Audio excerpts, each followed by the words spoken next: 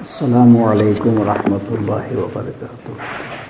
الحمد للہ رب العالمین والصلاة والسلام علی سید الانبیاء والمرسلین وعلی آلہ واصحابہ اجمعین، اما بعد، اعوذ باللہ من الشیطان الرجیم، بسم اللہ الرحمن الرحیم۔ وَلَقَدْ أَخَذْنَا آلَ فِرْعَوْنَ بِالسِّنِينَ وَنَقْصٍ مِّنَ الثَّمَرَاتِ لَعَلَّهُمْ يَذَّكَّرُونَ۔ صدق اللہ مولانا العظیم۔ الصلاة والسلام علیک یا رسول اللہ، الصلاة والسلام علیک یا حبیب اللہ، الصلاة والسلام علیک یا نبی اللہ، الصلاة والسلام علیک یا نور اللہ، صلی اللہ تعالی علیہ وسلم۔ آقا علیہ الصلوۃ تسلیم کے پیارے دیوانوں،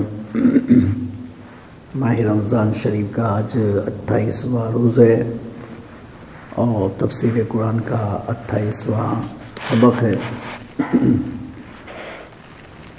کل آپ نے یہ سماعت فرمایا کہ مال کی 3 قسمیں ہیں، ایک فرعونی، دوسرا قارونی اور تیسرا خلیلی۔ تو فرعونی اور قارونی میں مال لے کر کے خلاف ورزی ہوتی ہے اور اس کا انجام ہلاکت ہے، اور مال خلیلی میں اللہ تبارک و تعالیٰ کے حکم کی اطاعت ہوتی ہے اور اس کا انجام کامیابی ہے۔ تو جسے کامیابی چاہیے وہ خلیلی مشن کی طرف بڑھے، اور جو ہلاک ہونا چاہتا ہے وہ قارونی اور فرعونی ذہنیت کی طرف جائے۔ مگر ایک مومن کو اللہ تبارک و تعالی نے ایمان کے ساتھ میں نبیوں سے منسلک فرمایا ہے، اس وجہ سے اہل ایمان کبھی بھی قارونی اور فرعونی ذہنیت کی طرف نہیں جا سکتے ہیں۔ وہ ہمیشہ انبیاء کرام کی تعلیمات کو اپنے لیے رہنما بنائیں گے اور وہ کبھی بھی ناکام نہیں ہوں گے۔ اگر کوئی آدمی اس مسئلے میں غلط راہ روی کا شکار ہو تو اسے توبہ کرنی چاہیے اور انبیاء کرام کے مشن کی طرف آنے کی کوشش کرنی چاہیے۔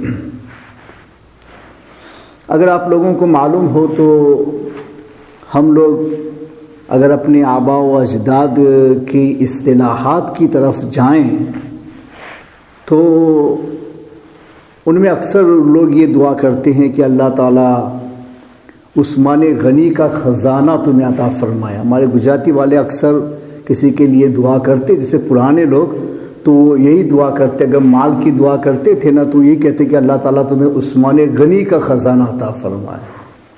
تو یہ خزانہ عطا فرمائے اور اس کے ساتھ میں عثمان غنی کا یہ لفظ کیوں بڑھاتے تھے؟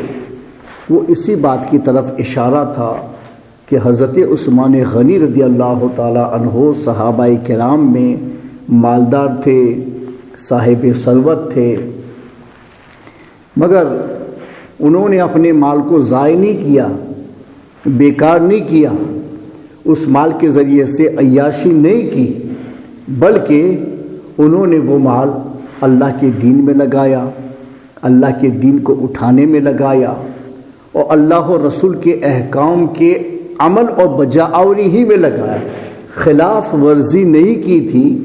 اس وجہ سے ہمارے بزرگوں میں یہ اصطلاح جاری تھی کہ جب بھی کسی کے لیے مال کی دعا کرتے تھے تو یہ کہتے تھے کہ اللہ ہمارے بیٹے کو یا فلاں کو عثمان غنی کا خزانہ عطا فرمانا کہ دولت بھی رہے اور خلاف ورزی بھی نہ۔ تو صرف دولت کی دعا کرنا یہ حماقت ہے، کوئی آدمی یہ دعا کرے کہ اللہ مجھے دولت دے دے، مجھے اولاد دے دے، مجھے مالدار بنا دے، مجھے صاحب اولاد کر دے، تو یہ دعا لایانی اور بیکار ہے ایک اہل مسلم کی زبان سے۔ اس وجہ سے لایانی اور بیکار ہے کہ تنہا دولت کی اگر آپ مانگ کر رہے ہیں اور وہ دولت آپ کو مل گئی تو کیا آپ اپنے قدموں کو سنبھال پائیں گے؟ اور کیا آپ اپنے دین کی حفاظت کر سکیں گے؟ اور کیا اس دولت کے نشے میں جا کر کے آپ مخمور ہو کر کے اللہ و رسول کو بھول تو نہیں جائیں گے؟ تو دولت کے ساتھ میں خطرات بے شمار ہیں، اور دنیا میں بے شمار اگزامپل ایسے ہیں کہ آدمی غریب تھا تو اچھا تھا، مالدار بنا تو خراب ہو گیا، آدمی تنگ دست تھا تو دیندار تھا، پرہیزگار تھا، جب اس کے پاس میں دولت آئی تو بے قابو ہو گیا۔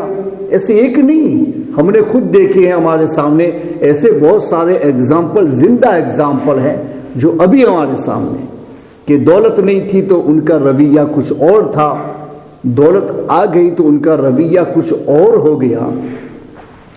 تو دولت کو نعمت نہیں سمجھنا چاہیے، دولت کے بھی کئی حصے ہوتے ہیں، اس لیے ہمارے علماء نے فرق فرمایا کہ دولت تو قارون کو بھی ملی تھی، تو اگر دولت ہی کی مانگ کر رہے تو کس دولت کی؟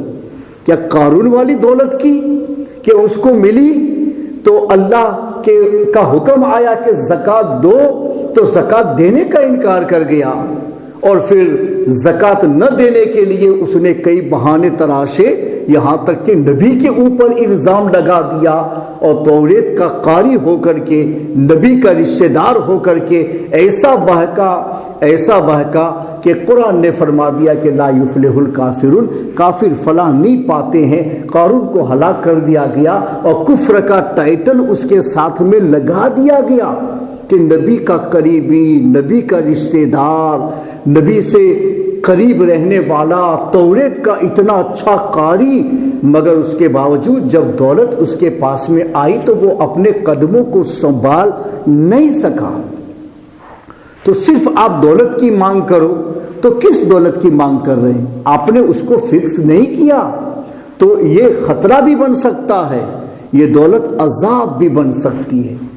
فرعون کو بھی دولت ملی، مگر وہ انا ربکم الاعلی کہہ کر کے رب کے بھی مخالف ہوا، شیطان سے بھی ایک قدم آگے نکل گیا۔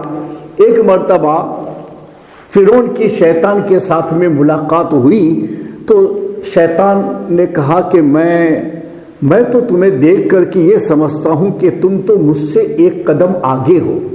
تو شیطان نے شیطان سے پوچھا کہ کیسے کہہ رہے ہو کہ میں ایک قدم آگے ہوں؟ کہا میں نے تو صرف آدم کو سجدہ کرنے سے منع کیا تھا، رب کا انکار نہیں کیا تھا، اور آج بھی نہیں کرتا ہوں۔ اور قرآن میں خود اللہ تعالیٰ نے شیطان کے الفاظ کا ذکر فرمایا ہے، آیت ہے خدا کی، مگر اس نے جو بولا اسی کے الفاظ کو دہرایا گیا ہے۔ اللہ فرماتا کمثل الشیطان اذ قال للانسان اکفر فلما کفر قال انی اخاف اللہ رب العالمین۔ تو شیطان کہتا ہے، شیطان کی مثال ایسے ہے، وہ انسان سے کہتا ہے کہ کفر کر، کافر بن جا، کفر کی لالچیں دیتا ہے۔ اور کافروں میں جو مالدار ہوتے ہیں، جن کو دولت ملی ہے، ثروت ملی ہے، ان کے اگزامپل قائم دیتا ہے، دیکھو فلاں کافر ہے کتنا آگے نکل گیا، فلاں کافر ہے کتنا آگے نکل گیا، فلاں کافر ہے کتنا آگے نکل گیا۔ تو اگر کفر غلط ہوتا تو اتنی دولت ان کے پاس میں کیسے آئی، اتنی ثروت ان کے پاس میں کیسے آئی؟ اس لیے تم کفر کو غلط مت سمجھو، اس طرح سے آدمی کو لالچ دیتا ہے۔ فلما کفر، جب وہ کفر کر لیتا ہے تو کہتا ہے انی بری امید کا، میں تم سے بری ہوں، میں اب تم سے کوئی سروے کار میرا نہیں، انی اخاف اللہ رب العالمین، میں تو اللہ رب العالمین کا خوف کرتا ہوں۔ یہ الفاظ شیطان کے ہیں جو قرآن میں نقل کیے گئے، کہ وہ پھر کہتا ہے کہ میں تو اللہ سے ڈرتا ہوں۔ تو فرعون سے اس نے کہا کہ میں تم مجھ سے ایک قدم آگے ہو، میں نے رب کا انکار نہیں کیا، اب بھی میں مانتا ہوں، مگر تم نے تو اپنے آپ کو رب اعلیٰ کہہ کر کے اللہ کا بھی انکار کر دیا اور تم خود خدا بن بیٹھے ہو، ہم سے بھی تم ایک قدم آگے ہو۔ کس نے اس کو بہکا دیا؟ دولت نے۔ وہ دنیا میں 400 سال تک جیا، کتنے؟ 400 ایئرز یہ اس کی عمر ہے فرعون کی، اور اس میں سے اس کی زندگی کے 320 سال تو ایسے ہیں کہ جس میں اس کو درد سر بھی کبھی نہیں ہوا، کوئی تکلیف نہیں پہنچی، اتنا آرام کے ساتھ میں اس نے زندگی گزاری، پھر بادشاہ بنا اور پھر دولت ہی میں رہا، کبھی اس کو کوئی تکلیف زندگی میں آئی نہیں 320 سال تک۔ اور پھر اس کی زندگی میں پرابلمز جو شروع ہوئے، اور باقی کے 80 سال میں جب اللہ نے حضرت موسیٰ علیہ السلام کو بھیجا، اس نے مخالفت شروع کی، تو پھر عذاب کے سلسلے بھی اس کے لیے شروع ہوئے، وہاں تک اس کو کچھ بھی نہیں ہوا۔ تو آپ دولت کی مانگ کر رہے ہیں، کس دولت کی مانگ کر رہے ہیں؟ وہ دولت جو فرعون کو ملی اور وہ بے قابو ہو گیا کہ اپنے آپ کو مخلوق سے نکال کر کے خالق کے درجے پر لے جانے کی کوشش میں لگ گیا۔ اس لیے ایک مسلمان کی دعا یہ نہیں ہوتی ہے کہ میں اپنے رب سے یہ کہوں کہ اللہ مجھے مال دے دے، اللہ مجھے اولاد دے دے۔ نہیں، مال ملے گا تو قدم سنبھال نہ پاؤ گے تو دین بھی تباہ ہو جائے گا، آخرت بھی تباہ ہو جائے گی۔ تو فرما گیا مال کے 3 اقسام ہے، ایک مال جو فرعون سے متعلق ہے، ایک مال جو قارون سے متعلق ہے، اور ایک مال جو حضرت ابراہیم خلیل اللہ سے متعلق ہے۔ تم کس مال کی مانگ کر رہے ہو؟ مال بول کے تم نے کوئی فکس تو نہیں کیا نا، اس لیے دعا مانگنی ہو تو یہ کہنا اے اللہ مجھے ایسا مال دینا جو تو نے حضرت سلیمان کو دیا تھا کہ تیری حکم کے خلاف نہیں گئے اور تیرے حکم کے موافق ہی رہے۔ یا اللہ ایسا مال دینا جو حضرت داؤد علیہ السلام کو دیا تھا کہ تیرے حکم کے خلاف نہیں گئے۔ یا اللہ ایسا مال دینا جو حضرت ابراہیم خلیل اللہ کو دیا تھا کہ تیرے حکم سے خلاف نہیں گئے۔ تو مال مانگو، دولت مانگو، منع نہیں ہے، مگر اس کو عام کر کے مت مانگو، اس کو فکس کرو کہ کس کی دولت تم مانگ رہے ہو، ورنہ کہیں وہ تمہارے لیے ہلاکت کا باعث نہ بن جائے۔ اس لیے دعا کے الفاظ کے ساتھ بھی ان قیود کو لگانا ایک مسلمان کے لیے ضروری ہوتا ہے، تاکہ ملنے والی دولت رحمت بن کے آئے، عذاب بن کے نہ آئے۔ ایک بات، اس لیے ہمارے بزرگوں نے یہی دعا اپنائی کہ اللہ عثمان غنی کا خزانہ دینا، عثمان غنی کا خزانہ دینا، تاکہ کوئی بہک نہ سکے اور دولت اس کے لیے رہنمائی کی باعث بن سکے۔ اولاد مانگنا، صرف اولاد، تو قارون بھی تو اولاد ہی میں سے تھا نا، وہ کسی کے یہاں پیدا ہوا پھر اس ہلاکت پر پہنچا ہے۔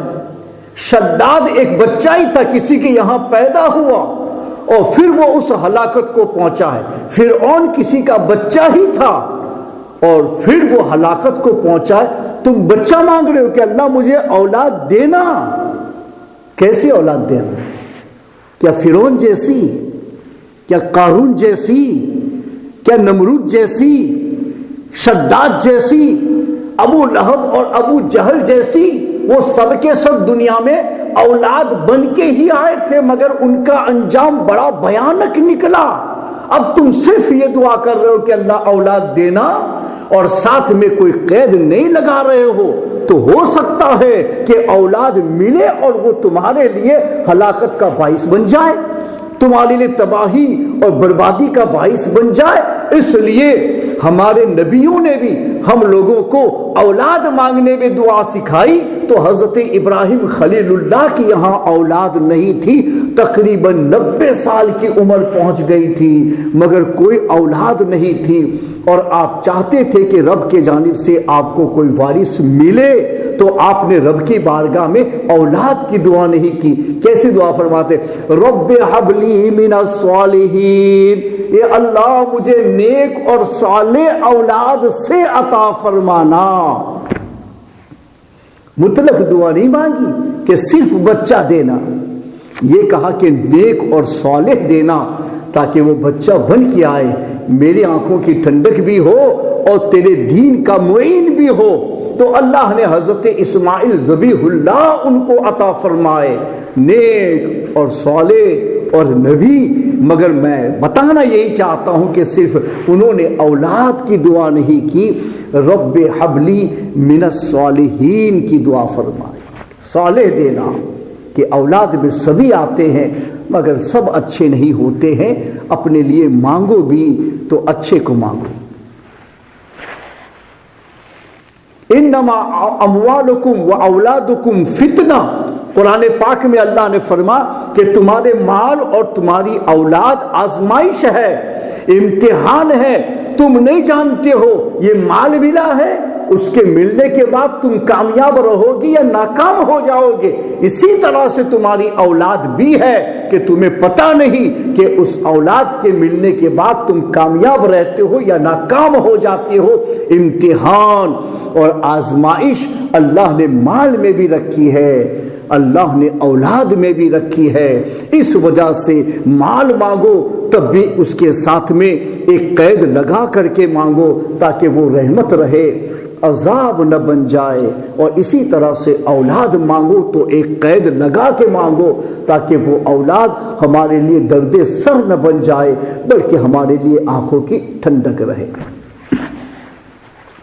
جیسے قرآن پاک میں 19ویں سپارے میں اللہ تعالیٰ نے اہل اللہ کا جہاں ذکر کیا، عباد الرحمن کا ذکر کیا ہے کہ رحمان کے بندے کیسے ہوتے ہیں، اس میں اللہ نے مختلف ان کے اوصاف بیان فرمائے، ان کی کوالٹیز اللہ نے بیان فرمائی کہ رحمان کے بندے ایسے ایسے ایسے ہوتے ہیں۔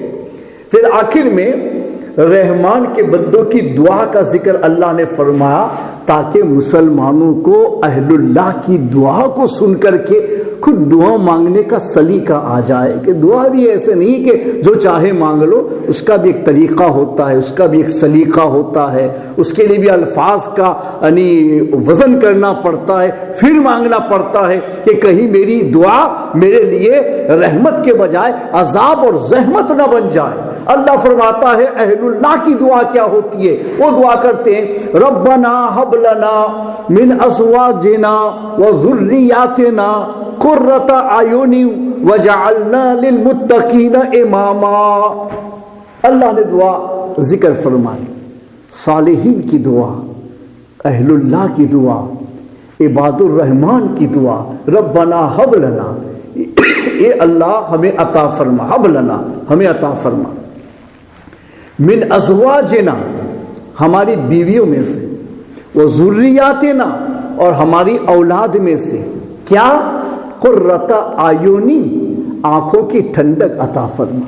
اے اللہ ایسی بیوی دینا جو میرے لیے آنکھوں کی ٹھنڈک بن جائے، دیندار ہو، پرہیزگار ہو، میرے بچوں کو دینی اعتبار سے تربیت دینے والی ہو، نیک ہو، صالح ہو، تیری شکر گزار ہو۔ ایسی بیوی دینا کہ وہ آنکھ کی ٹھنڈک بن جائے۔ بیوی بھی مانگ رہے ہیں تو دعا میں آنکھ کی ٹھنڈک مانگ رہے ہیں کہ وہ ہم دیندار ہیں، وہ بھی دیندار رہے تاکہ انہیں دیکھ کر کے ہمیں افسوس نہ ہو، ہماری آنکھوں کو ٹھنڈک مل جائے، ہمارے دل کو سرور مل جائے، ہمارے کلیجے کو ٹھنڈک مل جائے کہ بیوی ملی ہے، ٹھیک ملی ہے، اپنے کو بھی سنبھالتی ہے، میرے بچوں کو بھی سنبھال لے جائے گی۔ اس لیے ہمارے آقا نے ارشاد فرمایا لوگ شادیاں تو کر لیتے ہیں مگر صرف حسن دیکھتے ہیں، ظاہر دیکھتے ہیں، آنکھوں کو بھانے والی اچھائی دیکھتے ہیں، مگر یہ نہیں دیکھتے ہیں کہ اس کے پاس دین ہے یا نہیں ہے۔ تو ہمارے آقا فرماتے کتنوں سے حسن کی بنیاد پر شادی ہوتی ہے، کتنوں سے صرف مال کی بنیاد پر شادی ہوتی ہے، کتنوں سے صرف اونچے خاندان کی بنیاد پر شادی ہوتی ہے۔ ہمارے آقا ارشاد فرماتے ہیں تم دین کو سامنے رکھو اور شادی کرو اور کامیاب ہو جاؤ۔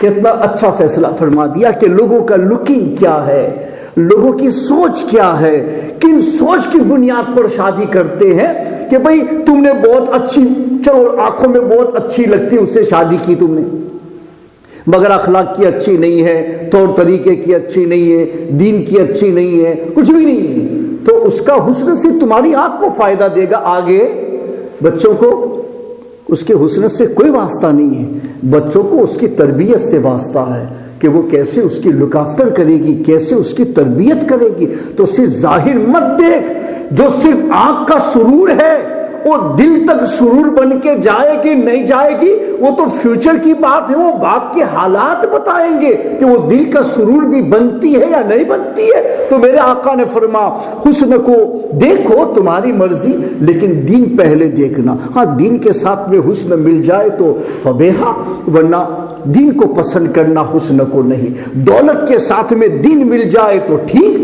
نہ ملے تو دین کو پسند کرنا۔ اور اچھے خاندان اور بڑے خاندان کے ساتھ میں اگر دین مل جائے تو پسند کرنا فبیہا، ورنہ دین کو ترجیح دینا۔ میرے آقا یہ فرمانا چاہتے ہیں کہ حسین کے مقابلے میں اگر وہ دین سے ہٹی ہے اور ایک بدصورت ہے مگر دیندار ہے تو اس حسن کے مقابلے میں اس حسن کو ترجیح دینا جو اللہ کے یہاں حسن ہے، جو رسول اللہ کے یہاں حسن ہے۔ دین کو ترجیح دینا۔ اللہ نے دعا بھی سکھائی، ہمارے نبی نے طریقہ بھی سکھایا، تو ایسا سکھایا جس سے ہم خود بھی بن جائیں، ہماری ذریت بھی بن جائے اور ہم بھی محروم نہ رہے اور ہماری آنے والی نسل بھی محروم نہ رہے۔ مگر آج ایسی سوچ ہماری نہیں ہے، اس کی وجہ سے یہ تباہی آئی ہے، اس کی وجہ سے بربادی آئی ہے، اس کی وجہ سے بچے دنیا دار پیدا ہو رہے، دیندار پیدا نہیں ہو رہے، ان کے دماغ میں دین نہیں جا رہا ہے، ان کے دل میں دین نہیں بیٹھ رہا ہے، ان کے طریقے میں دین نہیں آ رہا ہے، اس وجہ سے کہ تربیت غلط تھی، ہماری سوچ غلط تھی، ہم نے مذہب چاہا ہی نہیں تھا، ہم نے دین چاہا ہی نہیں تھا، اس لیے اولاد تو ملی مگر دنیا پرست ملی، دین پرست نہیں ملی کہ میرے مرنے کے بعد بھی وہ میرے لیے صدقہ جاریہ بن جائے۔ ہمارے آقا نے ارشاد فرمایا کہ نیک اور صالح اولاد ماں باپ کے لیے صدقہ جاریہ ہوتی ہے کہ وہ تم مر بھی جاؤ اور وہ تمہارے لیے ایصال ثواب کے الفاظ نہ بھی بولے مگر وہ دین پر چلنے والی ہے، وہ نماز ادا کرنے والی ہے، وہ اللہ کے احکام کی بجاوری کرنے والی ہے، وہ تیرے لیے ثواب کا ایک کام بھی الگ سے نہ کرے مگر تیرے بچوں کا پورا وجود ہی اللہ تیرے لیے صدقہ جاریہ بنا دیتا ہے کہ اس کے ہر عمل سے نیکیوں کا حصہ اللہ اسے بھی دیتا ہے اور تجھے بھی عطا فرماتا ہے۔ دنیا بھی سنور جاتی ہے، آخرت بھی سنور جاتی ہے، لیکن مانگنے والوں مانگو تو مانگنے کا طریقہ بھی سیکھو، جو چاہے وہ نہ مانگ لو، مانگنے میں بھی الفاظ کا وزن کرو۔ کیا مانگ رہے ہو؟ رحمت مانگ رہے ہو کہ رحمت کے نام پر اپنے لیے زحمت اور عذاب مانگ رہے ہو؟ تو اولاد میں سبھی ہوتے ہیں، اچھی اولاد مانگو۔ تو اللہ نے طریقہ سکھایا۔ نیک لوگ کیسے دعا کرتے تمہیں معلوم ہے؟ تم بھی ایسی دعا کرنا، ربنا هب لنا من ازواجنا وذریاتنا قرۃ اعین، آنکھوں کی ٹھنڈک عطا فرما دونوں سے، وجعلنا للمتقین اماما، اور ہمیں متقیوں کا امام بنا۔ کون متقی؟ میری بیوی متقی، میری تمام اولاد متقی، میرے گھر میں رہنے والے تمام متقی، اور میں خود بھی متقی، اور میں ان کا باپ اور میں ان کا لیڈر۔ اے اللہ میرے گھر کے ہر فرد کو متقی بنا دے تاکہ میں ان کا لیڈر ہوں، گھر میں بڑے ہونے کے ناطے تو لوگ کہہ سکے یہ متقیوں کا امام ہے کہ اس کے گھر کا ہر فرد دیندار ہے، اس کے گھر کا ہر فرد متقی اور پرہیزگار ہے۔ اے اللہ متقیوں کا امام بنانا، متقیوں کا لیڈر بنانا، کہ پوری دنیا کی لیڈرشپ ملے نہ ملے لیکن ہر مرد کو، ہر شادی کرنے والے آدمی کو اس کے گھر کی لیڈرشپ ملتی ہے، اس لیے کہ وہ شوہر ہے اس کی بیوی کا اور باپ ہے اپنے بچوں کا، اس لیے تو لیڈر ہے اپنی بیوی کا بھی۔ اور رجالو قوامون علی النساء کہ آدمی عورتوں کا حاکم ہے، وہ لیڈر ہے عورتوں کا، تو عورت کا بھی حاکم ہے، تو باپ ہونے کے ناطے اپنے بچوں کا بھی حاکم ہے۔ کیوں صرف بیوی مانگا؟ کیوں صرف اولاد مانگا؟ مانگ ایسی بیوی کہ جس سے تجھے مذہبی سرور حاصل ہو جائے، آنکھوں کی ٹھنڈک۔ تو اللہ نے فرمایا کہ یہ متقیوں کی دعا ہے۔ تمہیں ہر لفظ کے اندر حکمت بتائی جا رہی ہے کہ بیوی مانگی تو کیسی مانگی، تو بھی ایسے ہی مانگنا، اولاد مانگی تو کیسی مانگی، ایسی ہی مانگنا۔ اور اس نے اپنے گھر کو اتنا سنوار دیا کہ سب متقی بن گئے، اور متقیوں کا امام بن گیا۔ ایسا ہی مانگنا تاکہ تیرا گھر دنیا کے اندر ایک مثالی گھر بن جائے کہ تم اللہ کے فرمان پر چلنے والے ہو، اللہ و رسول کی مخالفت کرنے والے نہیں ہو۔ ایک اہل ایمان کا گھر اور نبی کی مخالفت اپوزٹ ہے۔ کیسے ہو سکتا ہے کہ اہل ایمان کا گھر ہو نبی کے مخالف؟ نہیں ہو سکتا، عملی طور پہ بھی نہیں ہو سکتا۔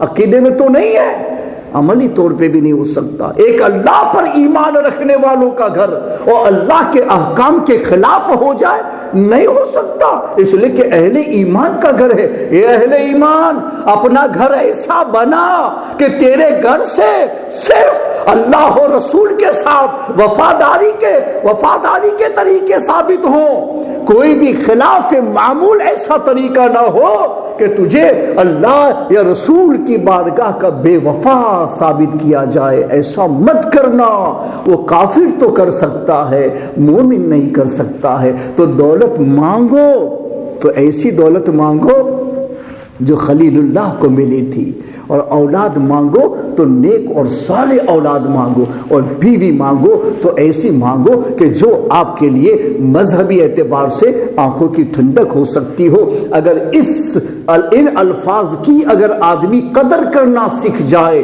اور ان الفاظ کو تول کر کے مانگنا اگر سیکھ جائے تو پھر کسی کی یہاں کوئی پرابلم آ ہی نہیں سکتا ہے، اس لیے کہ اس نے سب بہتر مانگا اور اللہ سب بہتر عطا فرمائے گا۔ اور بہتر نہیں ہے کہ تجھے نہیں دے گا، کہ چلو نہیں میرے بندے کے لیے بہتر تو نہیں دے گا، تو نہیں ملا کوئی بات نہیں ہے، یہی سمجھیں گے کہ اللہ نے اسی کو بہتر سمجھا۔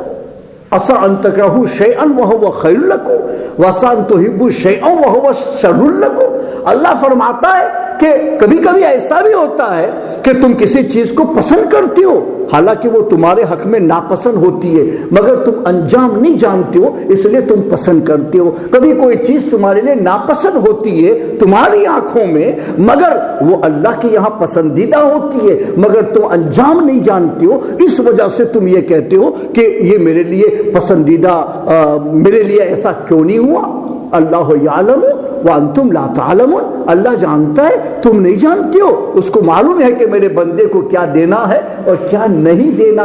اس لیے اپنی زندگی کی بنیاد اپنے نالج پر مت رکھو، اللہ و رسول کے نالج کے اوپر رکھو، اسی کو توکل کہا جاتا ہے۔ وعلی اللہ فلیتوکل المؤمنون، اللہ کے اوپر اہل ایمان کو توکل کرنا چاہے۔ توکل کس نام کا ہے کہ میں اپنے فیوچر کی بنیاد کوشش تو کروں گا لیکن بنیاد اپنے اوپر نہیں رکھوں گا، اپنے رب کے توکل پر رکھوں گا۔ جو فیصلہ ہوگا میرے رب کا ہے، میرا رب میرے حق میں جو فیصلہ کرے گا وہ بہتر ہی کرے گا، اس لیے کہ وہ میرا رب ہے، وہ رب العالمین ہے، وہ ارحم الراحمین ہے۔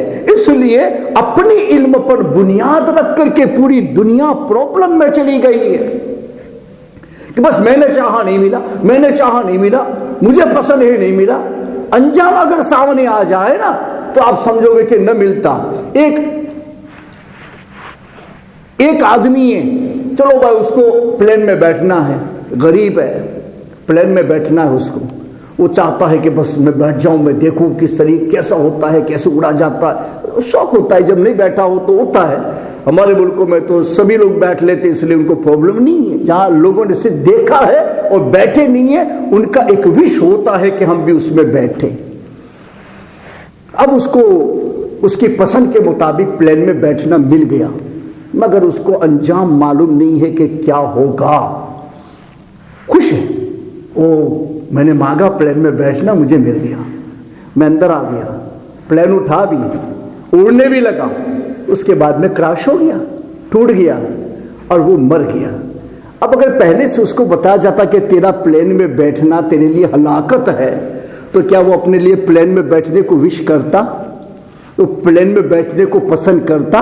نہیں کرتا، مگر اس کو معلوم نہیں تھا، وہ سمجھ رہا تھا صبور ہے میں بھی اڑ جاؤں، مگر انجام نہیں معلوم تھا، بیٹھا کراش ہو گیا، ٹوٹ گیا، ہلاک و برباد ہو گیا، تو اس نے پسند کیا کہ میں بیٹھوں مگر انجام سے بے خبر تھا۔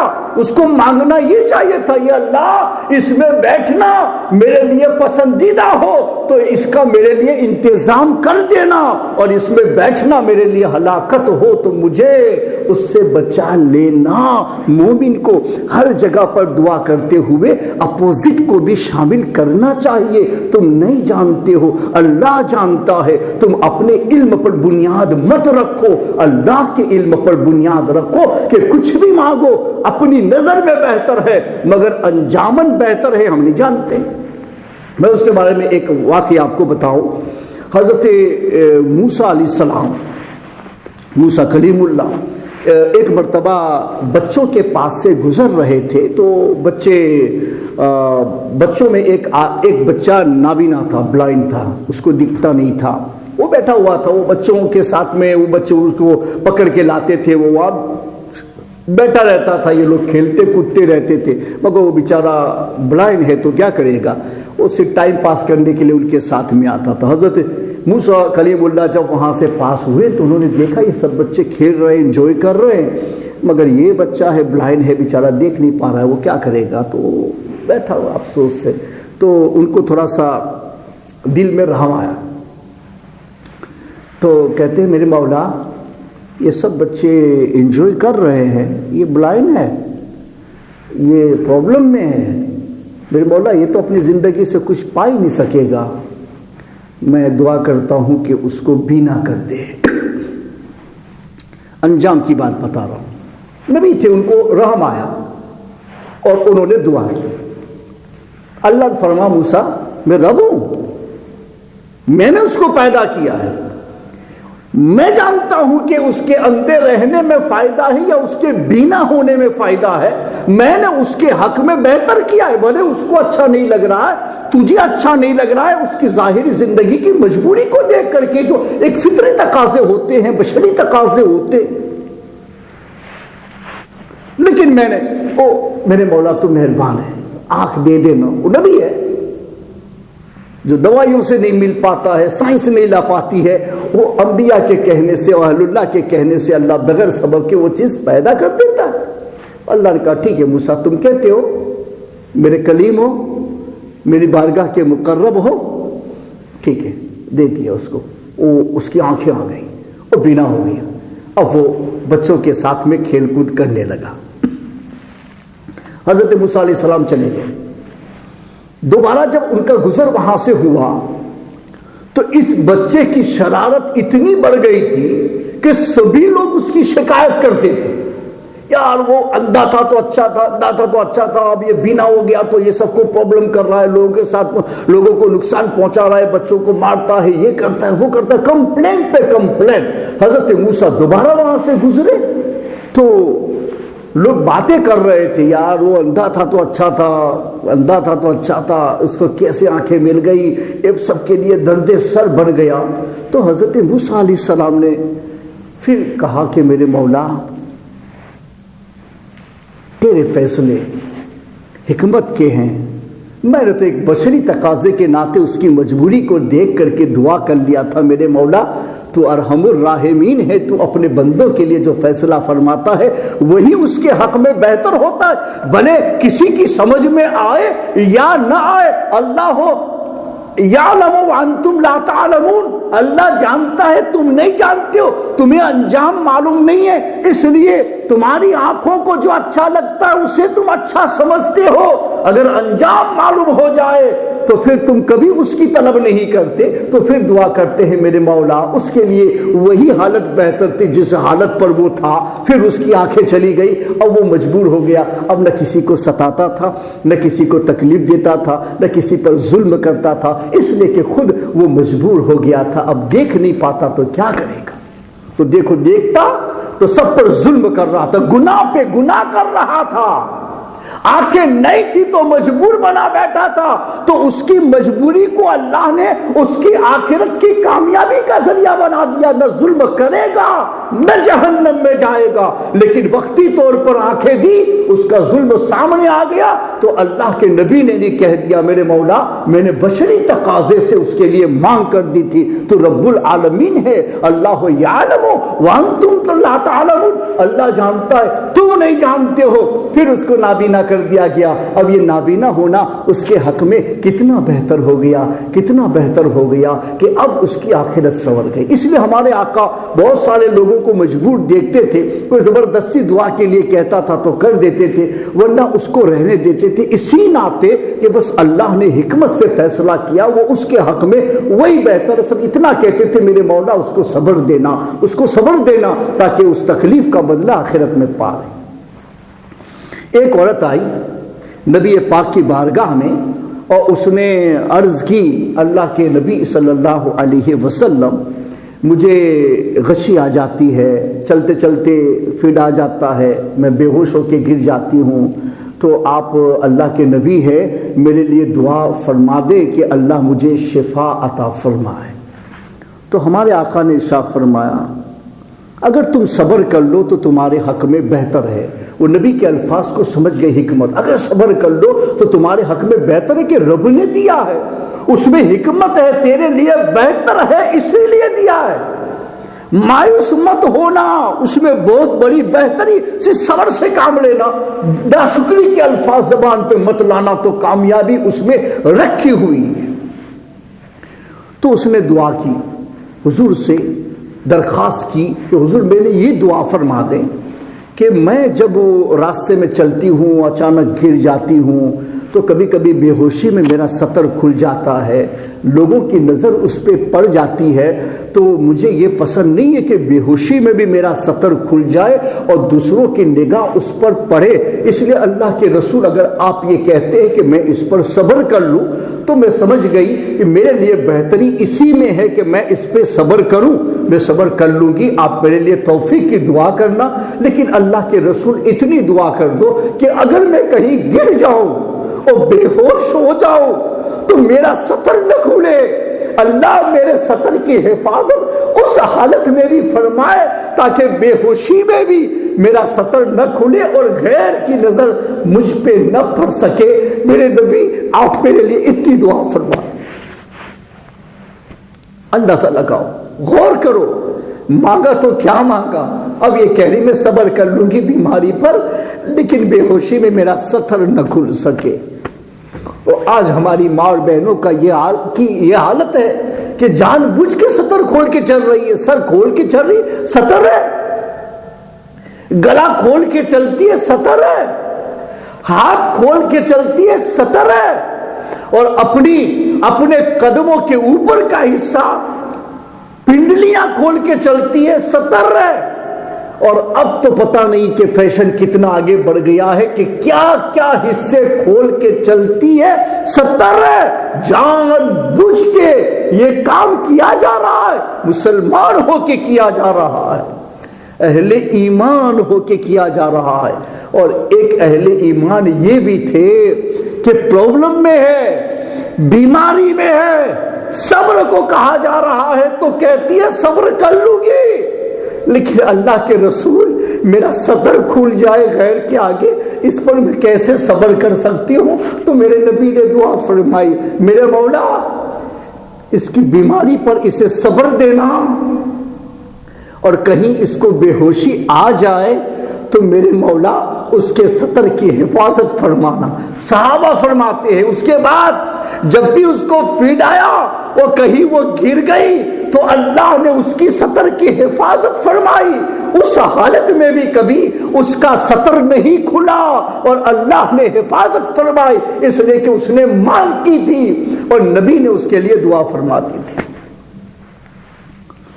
تو مانگو بھی تو وہ مانگو، اپنی علم پر بنیاد مت رکھو، ہر جگہ پر بہتر بہتر کے الفاظ لگاؤ۔ میں اپنے آقا کی بات کر رہا ہوں تاکہ ایک سلیقہ ہمیں مل جائے۔ ہمارے پیارے آقا مولا صلی اللہ تعالی علیہ وسلم جب کبھی تیز ہوا چلتی تھی، آندھی ونڈی، تو ونڈ آتی تھی نا، تو رسول پاک صلی اللہ تعالی علیہ وسلم اللہ کے نبی ہیں، فیوچر پتہ ہے، مگر پھر بھی ہمیں سکھانے کے لیے کہ تمہیں معلوم نہیں یہ جو ول ہے وہ تمہارے لیے رحمت بن کے آئی ہے یا زحمت بن کے آئی ہے۔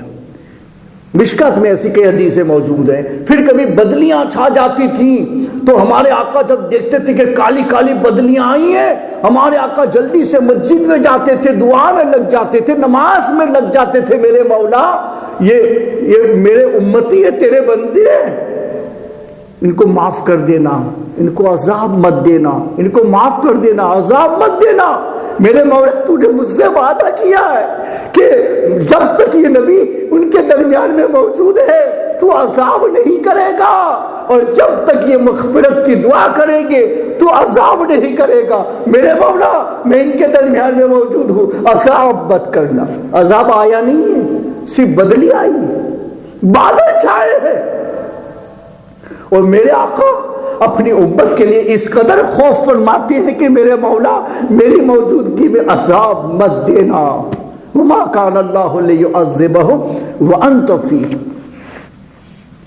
وما كان الله معذبهم وهم يستغفرون۔ تو استغفار کریں گے تو عذاب نہیں دے گا، نبی ہے تو عذاب نہیں دے گا۔ تو ہمارے آقا نے کیا فرما، یہ بدلیاں ہیں، وہ بارش برسے گی، کھیتیاں ہوگی، وہ اپنے ساتھ میں رحمت لے کے بھی آتی ہے، مگر یہی بدلیاں ہیں کہ قوم عاد جب حد سے متجاوز ہو گئی اور نبی کے مخالف بن گئی تو اللہ تعالیٰ نے بہت گرمی پیدا کر دی۔ جب شدت گرمی کی وجہ سے وہ لوگ بے قرار ہو گئے تو باہر نکلے، کہیں سایہ مل جائے، کہیں سے ہوا مل جائے، اتنے میں اللہ نے کالے کالے بادل بھیج دیے جس پر سے ایک ہوا چلی تو ان کو ٹھنڈک محسوس ہوئی، سب اپنے گھروں میں سے نکل کر کے اس بدلی کے سائے تلے آ گئے کہ چلو اب تو رحمت آئے گی، اب تو رحمت آئے گی۔ جب پوری بستی اس بادل کے نیچے آ گئی تو اللہ نے پانی نہیں آگ کی بارش کی اور ان سب کو جلا کر کے راکھ بنا دیا، ہلاک و برباد کر دیا۔ میرے آقا فرماتے میرے صحابہ یہی بدلی ایک امت کے لیے امید بن کے آئی تھی، اور وہ امید سمجھ کر کے اسی کے نیچے آ گئے تھے کہ چلو اب تو پانی ملے گا، رحمت ملے گی، گرمی کافور ہو جائے گی، مگر آگ برسی اور ہلاک ہو گئی۔ میں بدلیوں کو دیکھ کر کے اس لیے مسجد میں جا کے نماز میں لگ جاتا ہوں، پتہ نہیں کہ ان بدلیوں میں رحمت کا پانی ہے یا عذاب کی آگ رکھی ہوئی ہے۔ اس لیے مانگنے کا طریقہ سیکھو، مانگنے کا سلیقہ سیکھو، جو چاہے مت مانگ لو۔ کوئی چیز آنکھ کو اچھی لگتی ہے، انجام میں اچھی نہیں ہوتی ہے۔ اس لیے قرآن نے بھی یہی سکھایا، انبیاء نے اپنی دعا میں بھی یہی سکھایا، ہمارے نبی نے اپنے طریقے میں بھی یہی سکھایا کہ مانگنا ہو تو مانگو، ناپ اور تول کے مانگو، اپنے علم پر اعتماد کر کے نہ مانگو، اللہ کی حکمتوں اور اس کے علم پر اعتماد کر کے مانگو، اور ہر مانگنے کے ساتھ میں بلائی کا کنڈیشن لگاؤ۔ جب ایک مرتبہ ہوا چلی، بہت تیز ہوا آئی، تو ہمارے آقا مولا صلی اللہ علیہ وسلم نے ارشاد فرمایا، اللہم انی اسألک خیرہا وخیر ما فیہا وخیر ارسلت بہ وخیر ما ارسلت بہ۔ یا اللہ میں اس کی بھلائی مانگتا ہوں، جو بھلائی اس میں ہے اس کو مانگتا ہوں، جس بھلائی کے ساتھ اس سے بھیجا گیا ہے اس بھلائی کی مانگ کر رہا ہوں۔ اللہم انی اعوذ بک من شرہا وشر ما فیہا وشر ما ارسلت بہ۔ یا اللہ میں اس کی برائی سے تیری پناہ لیتا ہوں، اور اس میں جو رکھا گیا ہے اس کے عذاب سے تیری پناہ لیتا ہوں۔ میرے مولا جس عذاب کے ساتھ میں بھیجا گیا اس کی پناہ لیتا ہوں، تیری پناہ لیتا ہوں اس سے۔ تو حضور نے وہاں پناہ اللہ کی لی کہ وہی چیز جو میری آنکھوں کے سامنے رحمت بن کے آ رہی ہے، مجھے پتا نہیں کہ انجام میں رحمت ہے یا عذاب ہے، ہو سکتا ہے رحمت بن کے آئے اور عذاب بن جائے۔ وہی بادل اتنا برسے کہ گھروں کو تباہ و برباد کر کے لے جائے تو ہم تو سمجھ رہے کہ بارش رحمت کی ہے اور عذاب بن گیا۔ اس لیے فرما گیا کہ مانگو رب سے، مانگنے کو پسند فرماتا ہے لیکن ناپ کر مانگو، تول کر مانگو، انبیاء اولیاء کی دعاؤں کا سہارا لے کے مانگو، اور ہر مانگنے میں بھلائی کی قید لگاؤ، اپنے علم پر ڈیپینڈ مت کرو۔ اللہ کے علم کے اوپر اعتماد کرو. اس پر تھوڑی تفصیل آئندہ. وما علینا الا البلاغ المبین.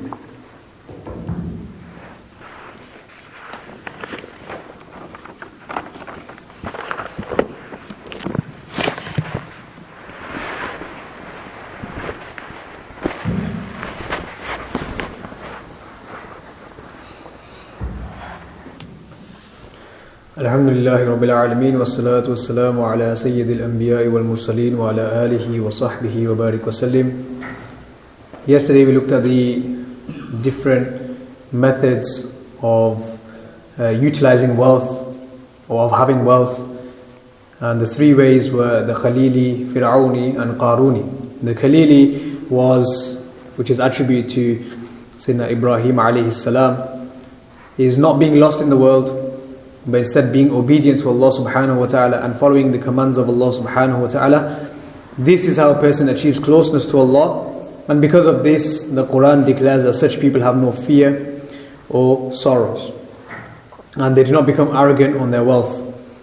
And this is what we should strive for, and not be like the Fir'auni or the Qaruni, not be like Fir'aun or Qarun, who were extremely arrogant, they were selfish, they were jealous, they had a lot of pride, especially with regards to their wealth. And because of this, Allah subhanahu wa ta'ala eventually punished them and they were destroyed, and so was their wealth. So do not be like Fir'aun or Qarun, who sacrificed eternal salvation in the hereafter for simple materialistic things in this world. Instead be like Sayyidina Ibrahim alayhi salam and all of the previous prophets and the friends of Allah subhanahu wa ta'ala, who do not get lost in the world despite living in the world and sharing things of the world. They do not get lost in it, and they understand the balance that is required when living in this world. So with regards to asking from Allah subhanahu wa ta'ala, there are some etiquettes that have to be maintained when asking from Allah subhanahu wa ta'ala for something. It's foolish for a believer to ask from Allah subhanahu wa ta'ala unconditionally for wealth. To ask unconditionally for a lot of wealth, this is foolish for a believer. Instead, a person should ask Allah subhanahu wa ta'ala to give him such wealth that he can spend in the way of Allah subhanahu wa ta'ala as per the Khalili way, as in the way that a person receives this wealth, he does not become lost in the world as a result of this wealth, and he stays obedient and he does not turn away from Allah subhanahu wa ta'ala. So ask for beneficial wealth that you can use in the way of Allah subhanahu wa ta'ala, that you can use for yourself, but that you do not become lost in the world as a result of this wealth. Don't just ask for wealth unconditionally. Otherwise, Fir'aun had a lot of wealth too. He had more wealth than many people will ever have or will ever see in their entire life. But he was arrogant, and due to this haughtiness and arrogance and pride, he claimed to be the Lord. He claimed to be Allah, and he said, I am your Lord, I am the one and only Lord, so worship me. This is what Fir'aun claimed.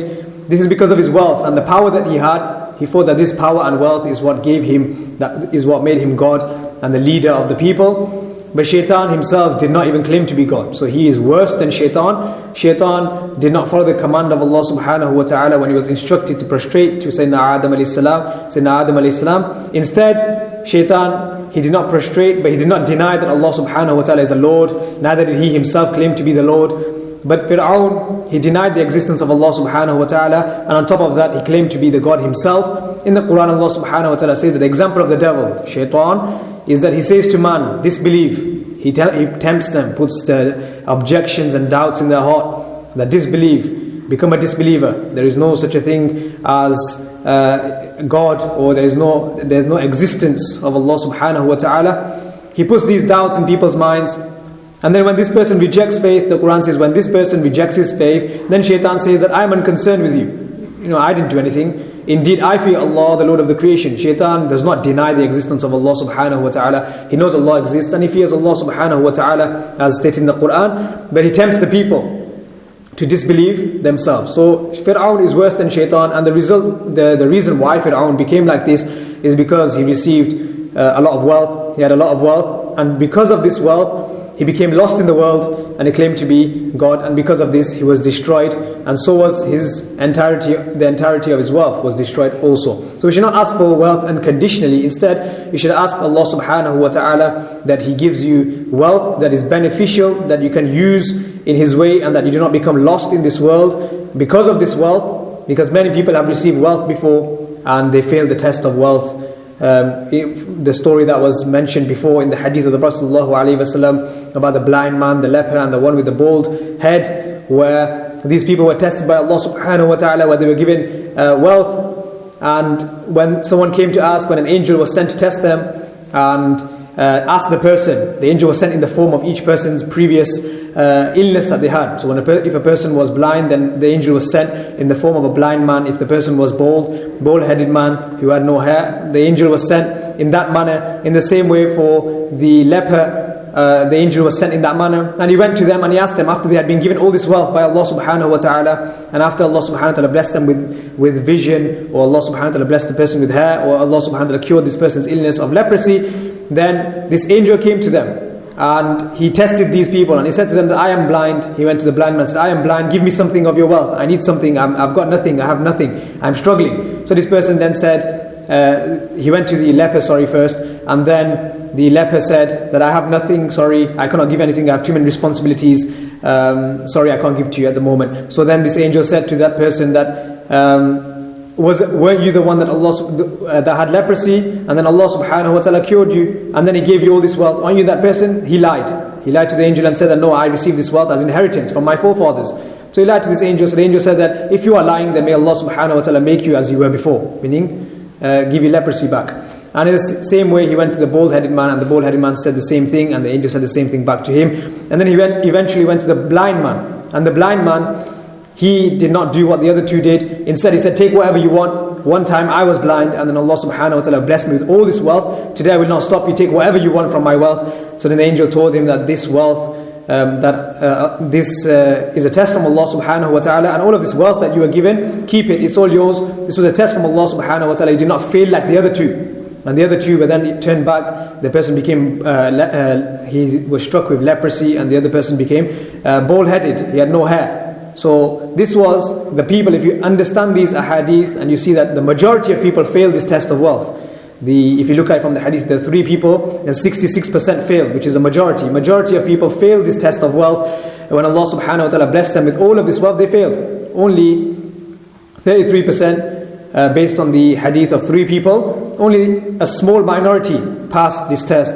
So generally speaking, people fail the test of wealth. When they are given a lot of wealth, they turn away from Allah subhanahu wa ta'ala. They begin to be disobedient. They spend their wealth in ways which are haram, and not per the Islamic tradition or in the way of Islam. They think that their wealth is what gives them power, and their wealth is what gives them the materialistic things of this world.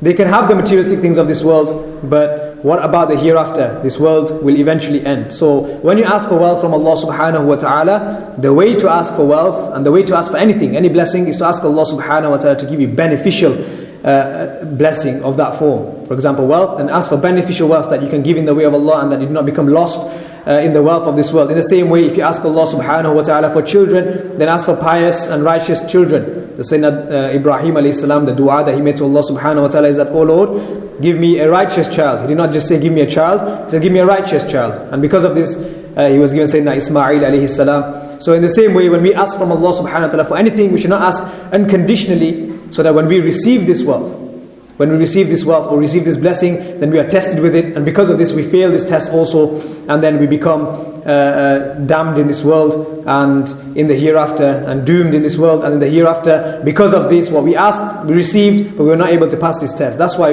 when you ask from Allah subhanahu wa ta'ala, ask in a way that He gives you the beneficial form of that blessing. So when He gives you wealth, then ask that, oh Allah, give me wealth that I can use in your way, and that I do not become lost in this world as a result of this wealth. Give me this type of wealth. This is the way to ask for wealth from Allah subhanahu wa ta'ala. In the Quran, Allah subhanahu wa ta'ala, He describes the way that believers, or the slaves of Allah, the way they pray. And Allah subhanahu wa ta'ala says, the way they ask from Allah subhanahu wa ta'ala, Allah says in the Quran, that these people, the way they pray is they say, oh our Lord, soothe our eyes with our wives and our children, and make us leaders of the pious. So in this verse of the Quran, Allah subhanahu wa ta'ala, He describes how the people ask from Allah subhanahu wa ta'ala. And the way they ask is, they don't ask Allah subhanahu wa ta'ala for a wife, they don't ask Allah subhanahu wa ta'ala for children in general. They ask Allah subhanahu wa ta'ala to give them children that soothes their eyes. And in the verse, Allah subhanahu wa ta'ala says, make us the leaders of the pious, meaning the leader of the house.